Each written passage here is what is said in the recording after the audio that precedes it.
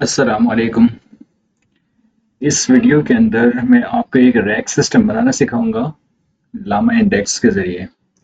इस तरह LangChain से रैक सिस्टम डेवलप करते हैं, इसी तरह लामा इंडेक्स भी यूज़ होता है रैक सिस्टम यानी retrieval augmented generation system develop करने के लिए। As compared to LangChain, RAG ज़्यादा आसान है इम्प्लीमेंट करना। एक लाइट वेट फ्रेमवर्क है जिसको बहुत ज़्यादा आसानी के साथ जिसको हैंडल किया जा सकता है।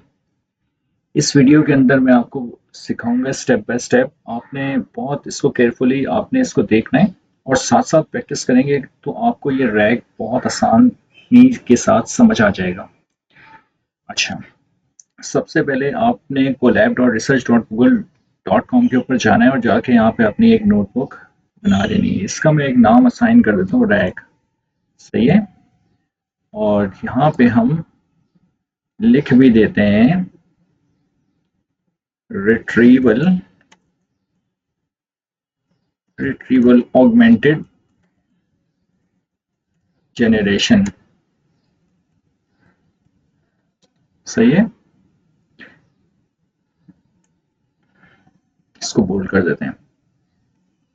अच्छा, हम एक रैक सिस्टम बनाने जा रहे हैं। अच्छा, मैं रैक क्यों बना रहा हूँ, क्योंकि रैक की फ्रीलांसिंग प्लेटफॉर्म के ऊपर इस वक्त बहुत ज़्यादा डिमांड है। चाहे आप फाइवर के ऊपर देख लें या अपवर्क के ऊपर, फ्रीलांसर या ग्रुप.com के ऊपर, तो वहाँ पे बहुत सारे रैक के प्रोजेक्ट्स जो है ना वो पोस्ट हो रहे हैं।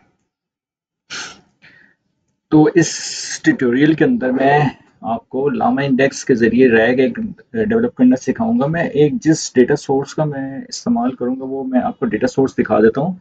ये यहाँ पे मैंने एक फोल्डर बना के रखा हुआ है डेटा के नाम से। इसके अंदर मेरे पास दो पीडीएफ हैं, एक अटेंशन के नाम से अटेंशन मैकेनिज्म की पीडीएफ है, रिसर्च पेपर है, और एक इसी तरह से योलो का रिसर्च पेपर है। अगर मैं आपको इसको खोल के दिखाऊं तो ये इस तरह से आपको ये रिसर्च पेपर नज़र आ रहा है अटेंशन मैकेनिज्म के बारे में। सही है। इसी तरह योलो के बारे में भी बताता हूँ मैं आपको। ये योलो भी और रियल टाइम ऑब्जेक्ट डिटेक्शन का एक ही फ्रेमवर्क है, और मैंने काफ़ी इसके ऊपर प्रोजेक्ट्स किए हुए हैं, तो मैं लेटर ऑन इसके ऊपर भी आपको एक ऑब्जेक्ट डिटेक्शन का एक आध प्रोजेक्ट करके दिखाऊंगा इंशाल्लाह बाद में। ठीक है, तो मैं इसको बंद कर देता हूँ। तो ये हमारे पास डेटा सोर्स होगी, और आपको मैं बताता चलूँ कि लैंगचेन और लामा इंडेक्स क्या कर रहे होते हैं। ये दोनों एक ब्रिज के तौर पे काम करते हैं, चाहे वो आप लैंगचेन इस्तेमाल करें या लामा इंडेक्स इस्तेमाल करें। ये एक ब्रिज के तौर पे काम करते हैं आपके डेटा सोर्स को, या हमारे इस केस के अंदर ये पीडीएफ की दो फाइल्स हैं, ये डेटा का ये फोल्डर है, और इनको आप अपने एलएलएम के साथ कनेक्ट करवाने के लिए जिस ब्रिज को इस्तेमाल कर रहे होते हैं, जिस मीडियम को इस्तेमाल कर रहे होते हैं, इसको हम लैंगचेन या फिर लामा इंडेक्स कहते हैं। जिस तरह से मैंने आपको पहले बताया कि लामा इंडेक्स को हैंडल करना बहुत आसान है, एक ये लाइट वेट फ्रेमवर्क है, इसीलिए मैं आपको पहला प्रोजेक्ट इसके ऊपर बना के दिखा रहा हूँ।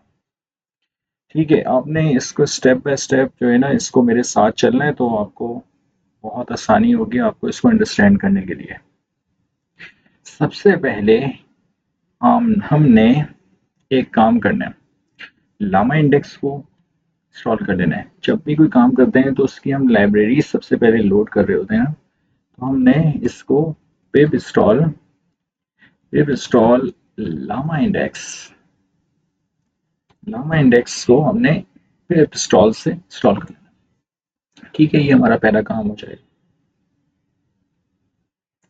ये आप देख रहे हैं यहाँ पे हम अपनी अभी ड्राइव माउंट करवाएंगे, अपने डेटा सोर्स को यहाँ पे लेके आएंगे ताकि यहाँ पे हम लोड करवा सकें। वो कैसे करवाएंगे वो मैं आपको भी दिखाता हूँ। ये लाइब्रेरी इंस्टॉल हो जाए जब तक, तो ये लाइब्रेरी इंस्टॉल होती है तो मैं आपको अपनी गूगल ड्राइव को यहाँ पे माउंट करवा के दिखाता हूँ। अच्छा, इस माउंट करवाने के लिए ना गूगल ड्राइव को हम google.colab import ड्राइव, और ये मेरे पास सजेशन आ गई तो मैंने इसको ओके कर दिया है। जब मैं इसको रन करूँगा ना, तो जो मेरी गूगल ड्राइव है वो माउंट हो जाएगी, लेकिन इससे पहले वो आपसे परमिशन मांगेगी। तो मैं इसको परमिशन यहाँ से ग्रांट कर दूंगा। ये अपना ईमेल आईडी, फिर उसके बाद मैं इसको यहाँ से कंटिन्यू करूँगा और फिर यहाँ से भी कंटिन्यू कर दूँगा। तो ये मेरी गूगल ड्राइव यहाँ पे माउंट हो जाएगी। ठीक है, इसको मैं थोड़ा सा छोटा कर देता हूँ। अब यहाँ पे देखें, यहाँ पे लिखा हुआ आ रहा है कि आपके माउंटेड गूगल ड्राइव। यहाँ पे अभी थोड़ी देर तक यहाँ पे ये डिस्प्ले भी हो जाएगी। जब तक ये डिस्प्ले होती है, हम उस टाइम के अंदर अंदर हम करते हैं इंपोर्ट ओएस। अब जब ये माउंट होगी तो इसके फोल्डर को यहाँ पे, यानी इस फोल्डर के अंदर जो कंटेंट है उसको हम अपने कोलैब के ऊपर डिस्प्ले करवा देंगे। ठीक है, इसके लिए मैं प्रिंट करवा के ओएस, अच्छा ये फोर सजेशंस आज मेरे पास अच्छी आ रही हैं, ये आ गई। अब मेरा ये फ़ोल्डर पाथ आ रहा है, अभी तक ये मेरे पास माउंट हुई नहीं है, ये मैंने पहले भी किया हुआ था, इस वजह से ये मुझे इसने करेक्ट पाथ बताया हुआ है। अभी तक मेरी ये माउंट होके आई नहीं है, आई थिंक सो। इसको मैं दोबारा से खोलता हूँ तो अच्छा, ये मेरी भी अब ड्राइव आ गई। अच्छा, ये मेरी ड्राइव आ गई है, ये मेरी गूगल ड्राइव है। इस ड्राइव के अंदर मैंने अपना ये डेटा का फ़ोल्डर अपलोड कर दिया था, तो इस वजह से ये यहाँ पे आ रहा है। अब मैंने इस ड्राइव से यहाँ पे लेके आना है, तो इसके लिए मैंने यहाँ पे कोड लिखा है, और इस डेटा के फ़ोल्डर के अंदर ये दोनों मेरी पीडीएफ जो कि मैंने अभी आपको दिखाई थी, ये मौजूद है, tension dot P D F और yolo dot P D F. सही है, ये डेटा के फ़ोल्डर के अंदर है। अब मैं इसको बंद कर देता हूँ यहाँ पे, और इसको मैं रन कर देता हूँ, तो ये मेरी यहाँ पे लोड हो जाएंगी। Yolo dot P D F और tension dot P D F just load हुई हैं यहाँ पे, ये बात याद रखिएगा। सही है, 3 हमने काम कर लिए अभी तक। पिप इंस्टॉल लेमा इंडेक्स, दूसरा हमने अपनी गूगल ड्राइव को यहाँ पे माउंट करवाया है, तीसरा हमने माउंट करने के बाद अपनी गूगल ड्राइव के अंदर डेटा का फोल्डर सेव किया है, उसके बाद यहाँ पे हमने इसको प्रिंट करवा लिया है। ये बात यहाँ तक समझ आ रही है, बहुत आसान है। ठीक है, चौथी चीज़, चौथी चीज़ ओएस डॉट इन्वायरमेंट, यानी हम अपनी एपीआई की यहाँ पे अपनी एपीआई की यहाँ पे लिखेंगे। कौन सी एपीआई की? ओपन एआई की एपीआई की यहाँ पे हम लिखेंगे। ठीक है, अच्छा वो मैंने एक फ़ोल्डर में, मैंने आपको पहले ही बताया था कि मैं एक फ़ोल्डर में सेव कर लेता हूँ, और यहाँ से मैं अपनी एपीआई को कॉपी करूँगा। डोंट वरी अबाउट दैट, मैं वीडियो की रिकॉर्डिंग के बाद इस एपीआई को डिसेबल कर दूँगा, तो आपने परेशान नहीं होना ज़्यादा। अच्छा, ये कुछ गलती करते हैं लोग, इन्वर्टेड कॉमास के अंदर इसको लिखना है, इसी फॉर्मेट के अंदर, इस फॉर्मेट के अंदर मैं यहाँ पे लिख रहा हूँ एपीआई को। अच्छा, जब आपकी एपीआई की यहाँ पे लिखी जाएगी, तो आपने इसको रन करवा देना है, तो ये कॉन्फ़िगर हो जाएगी। ठीक है ना, अब हम अपनी कोडिंग की तरफ आते हैं। सही है, यहाँ पे हम लिखते हैं फ्रॉम लामा इंडेक्स, क्योंकि हम लामा इंडेक्स इस्तेमाल कर रहे हैं, तो हम लामा इंडेक्स डॉट कोर। अच्छा, मैं एक बात आपको यहाँ पे बताता चलूँ, लामा इंडेक्स की डॉक्यूमेंटेशन के अंदर क्योंकि अपडेट हो गई है इसकी डॉक्यूमेंटेशन, लामा इंडेक्स की जो पुराने कोड्स थे, जो कि 2 महीने पहले या 1 महीने पहले भी इवन के लिखे हुए थे, वो सारे इनवैलिड हो गए। तो ये जो कोड्स मैं यहाँ पे लिख रहा हूँ, ये आपको कहीं से भी नहीं मिलेंगे, कहीं ऑनलाइन ट्यूटोरियल से नहीं मिलेंगे, कहीं से भी आपको ये नहीं मिलने वाले। तो आपने बहुत गौर से देखना है, बहुत गौर से एक एक स्टेप को देखना है, और साथ साथ प्रैक्टिस करनी है, ताकि आपको ये सही तरह से समझ आ सके। प्रैक्टिस नहीं करेंगे तो मैं यकीन से कह सकता हूँ कि आपको कोई फ़ायदा नहीं होने वाला। Import vector store, vector store index, vector store index.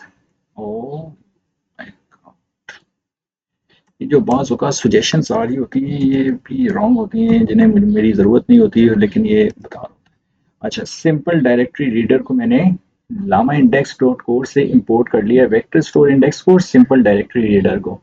अब ज़रा गौर करिएगा, ये वेक्टर स्टोर इंडेक्स से ये वेक्टर बनाने के लिए अपने डेटा को, डेटा कौन सा है हमारा, अभी जो डेटा फोल्डर के अंदर मेरी 2 पीडीएफ हैं, अटेंशन डॉट पीडीएफ और योलो डॉट पीडीएफ, इसका वेक्टर बनाएगा और इसकी इंडेक्सिंग करेगा। इंडेक्सिंग का मतलब ही वेक्टर होते हैं। ठीक है, तो ये वाला जो है वेक्टराइजेशन के लिए इस्तेमाल होगा, और दूसरा सिंपल डायरेक्टरी रीडर हमारे डॉक्यूमेंट्स को रीड करने के लिए इस्तेमाल होगा। ठीक है, कैसे होगा अभी देखते हैं। ये देखें, documents is equal to simple directory reader folder path से ये उठाएगा, और ये बिल्कुल इस दफा सही सुजेस्ट किया है इसने। फोल्डर पाथ से इसने उठाया, ये हमारे फोल्डर पाथ के अंदर हमारा डेटा है, और ये डेटा ये मैंने प्रिंट भी करवा के आपको बताया था कि YOLO dot P D F retention dot P D F यहाँ पे आएगा और डॉक्यूमेंट्स के अंदर स्टोर हो जाएगा। जब मैं इसको रन करूंगा तो ये मेरे डॉक्यूमेंट्स के अंदर स्टोर हो गया है। अच्छा, मैं आपको बताऊं कि वाकई हो गया है कि नहीं हो गया, तो मैं यहाँ पे डॉक्यूमेंट्स को प्रिंट करवा देता हूँ। डॉक्यूमेंट्स को मैंने जब यहाँ पे प्रिंट करवाया तो ये डेटा मेरा यहाँ पे, ठीक है, ये सारा डेटा मेरा यहाँ पे आ गया है। ठीक है ना, आपको नजर आ रहा है, ये मेरा मेटा डेटा है। Okay, embedding, so metadata label 1 file name attention.pdf। Okay, इसको साइड करवाता हूँ। ओके, यहाँ तक तो बात बिल्कुल सही समझ आ गई, कोई प्रॉब्लम कोई इशू नहीं है अभी तक। तो मैंने हमने सिर्फ डॉक्यूमेंट्स को रीड करवाया है यहाँ पे। अब इंडेक्सिंग करते हैं इसकी। इंडेक्सिंग किस तरह से होगी, यानी मैंने इंडेक्स का बताया था, इंडेक्स का जब भी आपको वर्ड नजर आएगा इसका मतलब होगा कि vector index is equal to vector store index से हम इंडेक्सिंग इसकी करें। सही है, ये इसको यहाँ पे हम रन करवाते हैं और इसके बाद मैं आपको दिखाता हूँ कि इंडेक्सिंग नजर कैसे आती है। इंडेक्सिंग को मैंने रन किया तो ये वेक्टर स्टोर बेस में से वेक्टर स्टोर इंडेक्स है। ठीक है, अब आपको वेक्टर तो नजर आए नहीं, अभी तो नहीं आएंगे नजर, इसके लिए तो हमारे को थोड़ी सी और मेहनत करनी पड़ेगी। अच्छा, अब वेक्टर तो जनरेट हो गए हैं, सही है ना। अब हम क्यूरी करते हैं, क्यूरी करेंगे, ये क्यूरी जाएगी एलएलएम के पास। और पहले वेक्टर, अब अभी मैं आपको बताता हूँ कि क्यूरी इंजन किस तरह से काम करेगा। जिस तरह से एक सर्च इंजन होता है इसी तरह से ये क्यूरी इंजन हम एक बनाते हैं। Query engine is equal to index dot as query underscore engine. ठीक है, इसको हम रन करवाते हैं। इसके बाद हम कुछ इंपोर्ट करवाते हैं लामा इंडेक्स से। From Lama index dot core dot retrievers, dot retrievers import करेगा ये उन फैक्टर्स को जो कि बने। ठीक है ना, dot retrievers import vector index retriever. आगे from Lama Index, Llama index dot core dot query engine import retriever query engine.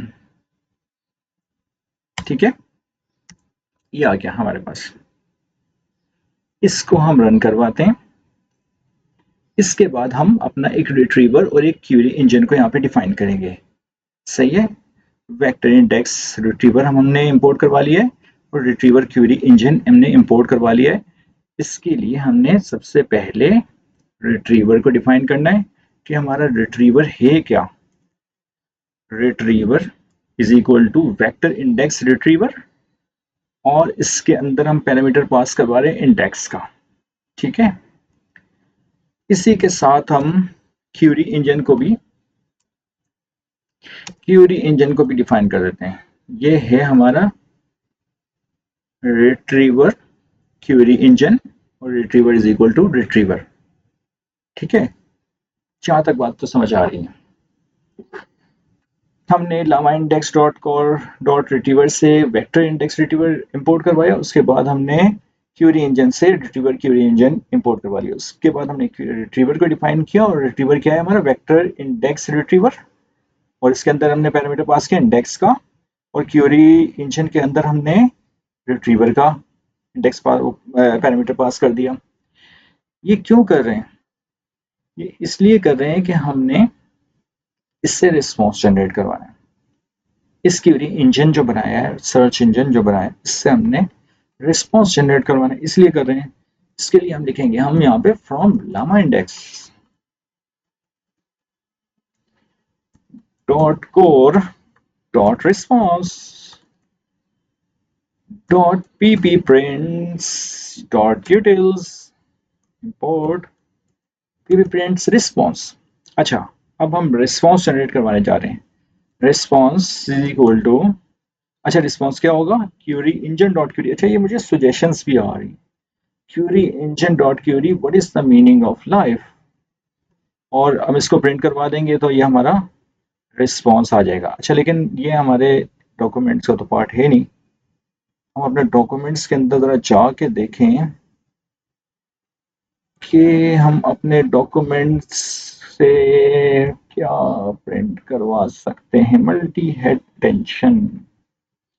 अच्छा, ये मैंने सेल्फ अटेंशन डॉट पीडीएफ की फाइल खोली और मैंने एक यहाँ पे टॉपिक देखा मल्टी हेड अटेंशन का। तो अब मैं इसके पास जाता हूँ, यहाँ पे लिखता हूँ what is multi head attention. Multi head attention, ये आपने अटेंशन मैकेनिज्म पढ़ा होगा ना, जिसके अंदर मल्टी हेड अटेंशन भी आपको बताया गया। तो ये वही है। अच्छा, अब हम यहाँ से इसका रिस्पॉन्स जनरेट करवाते हैं। अच्छा, ये हमारे पास पीछे आपको समझ आ गया ना कि हमने एक क्वेरी इंजन बनाया है और पीछे हमारे डॉक्यूमेंट्स पड़े हुए हैं। उन डॉक्यूमेंट्स से हमने देखा है कि मल्टी हेड अटेंशन उसके अंदर एक टॉपिक है और हमने यहाँ पे इसका रिस्पॉन्स जनरेट करवाना है। और ये कहाँ से रिस्पॉन्स जनरेट होगा, एलएलएम से रिस्पॉन्स जनरेट होगा। किसकी बेस के ऊपर होगा, जो हमारी इंडेक्सिंग हुई हुई है और जो वेक्टराइजेशन हुई हुई है उसकी बेस के ऊपर होगा ये रिस्पॉन्स जनरेट। अच्छा, अब हम इसको रन करवाते हैं। अच्छा, ये रिस्पॉन्स जनरेट हो गया, ठीक है। Final response, multi-head attention involves linearly projecting queries, keys and values multiple times with different learned linear projections to different dimensions। अच्छा, इसके अंदर मैं एक आपको एक और चीज़ बताता हूँ। इसके अंदर अगर हम क्यूरी इंजन के अंदर एक और पैरामीटर पास करते हैं और रिट्रीवर के अंदर, for example similarity, similarity similarity top underscore के इज इक्वल टू 4। अच्छा, अब क्या होगा, कोई रिस्पॉन्स के अंदर हमारे फर्क आएगा? कोई नहीं आया, कोई फर्क नहीं आया हमारे रिस्पॉन्स के अंदर। अच्छा, अब retriever index is equal to index similarity top K is equal to 4। What is multi head attention, from Lama index से मल्टी हेड अटेंशन का एक रिस्पॉन्स हमारे पास यहाँ पे जनरेट हो गया। अच्छा, यहाँ पे मैं आपको एक चीज़ दिखाना चाह रहा था।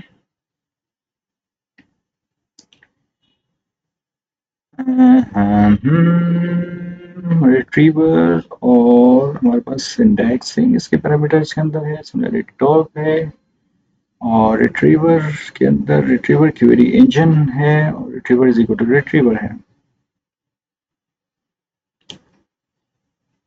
Retriever query engine vector index retriever. अच्छा,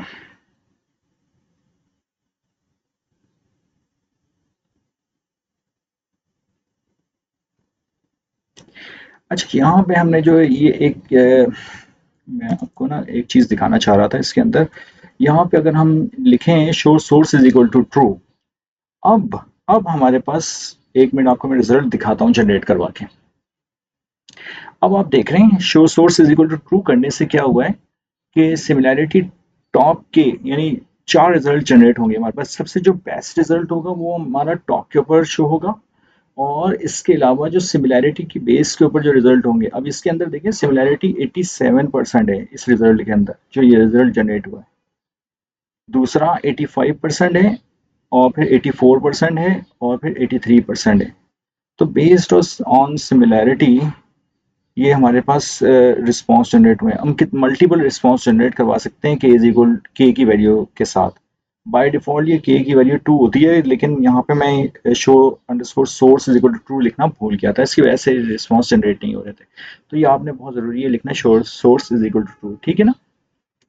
यहाँ तक बात समझ आ रही है। अच्छा, मैं इसको करता हूँ 5 तो हमारे पास 5 रिस्पॉन्स जनरेट हो जाएंगे। अब देखिएगा, देखें 5 रिस्पॉन्स जनरेट हो गए हमारे पास। ठीक है, तो यहाँ तक तो बात समझ आ रही है। अच्छा, हम इस पे एक कंडीशंस भी लगा सकते हैं। ये कंडीशंस लगा सकते हैं कि वो रिजल्ट्स हमारे पास शो हों। अच्छा, एक और चीज़ मैं आपको बताता हूँ, यहाँ पे वो रिजल्ट्स शो हों कि जिनकी सिमिलैरिटी की 80% हो, लेट्स से, उसके लिए हमारे को क्या करना पड़ेगा? उसके लिए हमारे को लामा इंडेक्स से पोस्ट प्रोसेसर को बुलाना पड़ेगा। From Lama index dot core dot indices dot post processor. अच्छा, ये अब पोस्ट प्रोसेसर क्या करेगा अभी देखना, मैं आपको बताता हूँ। सिमिलैरिटी पोस्ट प्रोसेसर हमने बुलवा लिया, ठीक है ना। अब इसको हम रन कर देते हैं यहाँ पे। ये रन हो गया। अब हमारा पोस्ट प्रोसेसर को हम यहाँ पे बुलवाते हैं। Post processor is equal to similarity post processor, और इसका कट ऑफ वैल्यू देखें आ रही है 0.7। ये सिमिलैरिटी की वैल्यू आ रही है कि अगर हम सिमिलैरिटी की वैल्यू अपने हिसाब से रख के अपने रिजल्ट्स को कट ऑफ करवा सकते हैं। कैसे? अभी मैं आपको बताता हूँ। इसके लिए अब आपको क्यूरी इंजन के अंदर एक और भी काम करना पड़ेगा। क्यूरी इंजन के अंदर आपको लिखना पड़ेगा नोड अंडरस्कोर पोस्ट प्रोसेसर, और ब्रैकेट के अंदर पोस्ट प्रोसेसर। ठीक है, अब मेरे पास यहाँ पे रिजल्ट आ रहे थे 87, 85। मैं चाहता हूँ कि जहाँ पे सिमिलैरिटी 85% तक हो, उसके बाद रिजल्ट जनरेट ना हो। तो ये मैं कर सकता हूँ। तो मैं यहाँ पे सिमिलैरिटी कट ऑफ की वैल्यू असाइन करता हूँ 85। 85। अब मैं इसको रन करता हूँ। अब मेरे पास 5 रिस्पॉन्स जनरेट हो रहे थे। अब देखिएगा कितने रिस्पॉन्स जनरेट होते हैं। आप कमेंट्स में बताइए कितने रिस्पॉन्स जनरेट होंगे। देखिए 2 रिस्पॉन्स जनरेट होंगे, क्योंकि इसके बाद सिमिलैरिटी स्कोर गिर रहा है, 84 पे जा रहा था। तो इसने सिर्फ वो वाले रिजल्ट्स को लिया है जहाँ पे सिमिलैरिटी 85% है। आप देख रहे हैं, पावर देख रहे हैं लामा इंडेक्स की, कि मोस्ट रेलेवेंट। अब आपको समझाता हूँ कि हम इसके अंदर थ्रेशोल्ड असाइन कर रहे हैं कि जो जिन रिजल्ट्स की कोसाइन सिमिलैरिटी 85% है, यानी इतने सिमिलर वो रिजल्ट्स हैं, उनको प्रिंट करवा दो। तो इसने इस क्वेश्चन के against, what is multi head attention के अगेंस्ट, जितने सिमिलर रिजल्ट थे कोसाइन सिमिलैरिटी की बेस के ऊपर उसने ये प्रिंट करवा दी। कंडीशंस हमने यहाँ पे दी 0.85, और नंबर ऑफ रिजल्ट चाहे हम जितने भी दे दें, लेकिन यहाँ पे हम कंडीशंस जितनी दे देंगे ना, तो उस हिसाब से रिजल्ट जनरेट होंगे। एक आपको और मिसाल बताऊं, योलो की भी फाइल मैंने लिखी हुई है, तो मैं इसको देखता हूँ व्हाट इज योलो। अच्छा, मैं अब रिजल्ट आया एम्प्टी रिस्पॉन्स। अब ये माइट भी इस वजह से आ सकता है कि उनकी जो सिमिलैरिटी स्कोर हो वो कि लेस देन 85 हो। तो इसका थ्रेशोल्ड हम ज़रा कम करते हैं, कट ऑफ वैल्यू को। इसको दोबारा से रन करते हैं, यहाँ पे आके दोबारा रन करते हैं, तो अब देखते हैं क्या होता है। अब ये देखिए 5 रिस्पॉन्स जनरेट हो गए हमारे पास, क्योंकि मैंने कट ऑफ लगाया हुआ था 85% का। तो यहाँ पे कोई भी सिमिलैरिटी स्कोर 85 नहीं है। सबसे जो टॉप मोस्ट हमारे पास स्कोर आया है, ये देखें, पहला 81 के ऊपर आया है। तो हमारा कट ऑफ ही 85 के ऊपर था कि 85 जिनका सिमिलैरिटी स्कोर हो तो वो प्रिंट हो। तो वो कोई इसलिए रिजल्ट जनरेट हुआ ही नहीं था। ठीक है, तो अब मैं इसकी वैल्यू को कर देता हूँ 4, इसकी वैल्यू को कर देता हूँ, लेट्स से कि पहला रिजल्ट हमारे पास 81 का है। मैं यहाँ पे कट ऑफ लगा देता हूँ कि 80 के बाद हमारे पास कोई रिजल्ट जनरेट ना हो। 80 के बाद इस कोई रिजल्ट जनरेट नहीं होगा। सिमिलैरिटी स्कोर के 80 के बाद कोई रिजल्ट जनरेट नहीं होगा। तो आप देखिएगा अभी यहाँ पे कि 80 तक हमारी सिमिलैरिटी के अगेंस्ट रिजल्ट जनरेट हुए, इसके बाद रिजल्ट जनरेट नहीं हुए। ठीक है, तो हम कितना डीप डाइव होके हम अपने रिजल्ट्स को जनरेट करवा रहे हैं। पीछे हमारी डेटा सोर्स, हमारी जो 2 पीडीएफ हैं, वो मल्टीपल पीडीएफ्स भी हो सकती हैं, डजंट मैटर। और हम अपना मोस्ट रेलेवेंट जो है ना रिस्पॉन्स हम अपना जनरेट करवा सकते हैं। अच्छा, व्हाट इज, एक और मैं क्वेश्चन लिख देता हूँ, what is self attention. what is attention, all I need। ठीक है, इसको भी मैं जनरेट करवाता हूँ। अच्छा, फिर देखें एम्प्टी रिस्पॉन्स आया। अब जो भी आंसर होगा इसके अगेंस्ट उसके सिमिलैरिटी स्कोर कम है, इस वजह से रिस्पॉन्स जनरेट नहीं हो रहा। अब मैं इसको करता हूँ 70 और इसको मैं रन करता हूँ। अब देखें अब क्या होता है। अब देखें आ गया, attention is a mechanism used in sequential transduction models that involves mapping a query and a set of. अब आपको ये समझ आ गई ना सारी। अच्छा, एक चीज मैं आपको और बताता चलूँ इसके अंदर, ये जो पीछे बैकएंड के ऊपर एम्बेडिंग्स बन रही है, ये किस तरह से हो रही होती हैं। इसके लिए मैंने एक कोड लिखवाया है, मैंने खुद नहीं लिखा बिल्कुल भी। तो मैं एक यहाँ पे एक डायरेक्टरी बना देता हूँ ताकि उस डायरेक्टरी के अंदर ये चीज़ें सेव हो जाएं। ये मैंने कोड में आपको यहाँ पे लिखता हूँ यहाँ पे डायरेक्टली, ताकि हमारा टाइम ज़रा सेव हो जाए। सही है, मैं जस्ट आपको रियलाइज़ करवाना चाह रहा हूँ कि बैकएंड के ऊपर एम्बेडिंग्स नज़र किस तरह से आती हैं। अगर यहाँ पे एम्बेडिंग्स बन जाती हैं तो मैं आपको दिखाता हूँ। यहाँ पे हमारे फ़ोल्डर के अंदर एम्बेडिंग्स का स्टोरेज का एक फ़ोल्डर बना होगा और इसके अंदर ये वेक्टर स्टोर डॉट जेसॉन के नाम से एक फ़ाइल बनी हुई है। अच्छा, ये देखें, ये एम्बेडिंग्स हैं, ये वेक्टर्स बने हुए हैं। न्यूमेरिकल रिप्रेजेंटेशन में हमारा जो डेटा जो ट्रांसफ़ॉर्म हो जाता है ना, इसको हम वेक्टर्स कह रहे होते हैं। तो ये इस तरह वेक्टर्स आपको नज़र आ रहे होते हैं। ठीक है? और इसके अलावा भी और भी बहुत सारी फाइल बनी है। डॉकस्टोर डॉट जेसॉन क्या है, मेटा डेटा बता रहा है। इसके अंदर ग्राफ स्टोर के अंदर भी ग्राफ डिक्शनरी भी एम्प्टी है। इस तरह से ये बैक एंड पे ये चीज़ें चल रही होती हैं। ठीक है, जहाँ तक आपको समझ आ गया होगा, रैक सिस्टम एक सिंपल रैक सिस्टम बनाया है, बड़ा पावरफुल किस्म का रैक सिस्टम है जो हमने ओपन एआई की एपीआई को इस्तेमाल करते हुए बनाया है। काइंडली आप $5 पुट करें, अपने ऊपर इन्वेस्टमेंट करें, यकीन जाने आप बहुत सारे प्रोजेक्ट्स कर सकते हैं। फ्री एम्बेडिंग्स भी अवेलेबल हैं, फ्री एपीआईज भी अवेलेबल हैं, लेकिन आपको बहुत सारी लिमिटेशंस हो सकती हैं। जो भी मैंने ये काम किया है आप फ्री एपीआई से नहीं कर सकते हैं प्लीज़। तो अपने ऊपर इन्वेस्ट करें, $5 पुट करें। ठीक है, आपको बहुत फ़ायदा होगा इसका इंशाल्लाह। ठीक है, एक ये बिल्कुल सिंपल सा रैक सिस्टम था जो मैंने लामा इंडेक्स के ज़रिए बनाया, ओपन एआई की एपीआई की को इस्तेमाल करते हुए बनाया है। इसके अलावा भी मैं वेक्टर डेटाबेस के ऊपर कॉम्प्लेक्स किस्म के रैक सिस्टम भी बनाऊंगा इंशाल्लाह लेटर ऑन। तो जुड़े रहिएगा, साथ साथ प्रैक्टिस करें इंशाल्लाह। मिलते हैं नई वीडियो के साथ, और इंशाल्लाह हम नई वीडियोस के अंदर दोबारा से जेमिनाई की एपीआई को इस्तेमाल करते हुए कुछ ऐप्स मज़ीद बनाएंगे। Thank you very much. अल्लाह हाफ़िज़।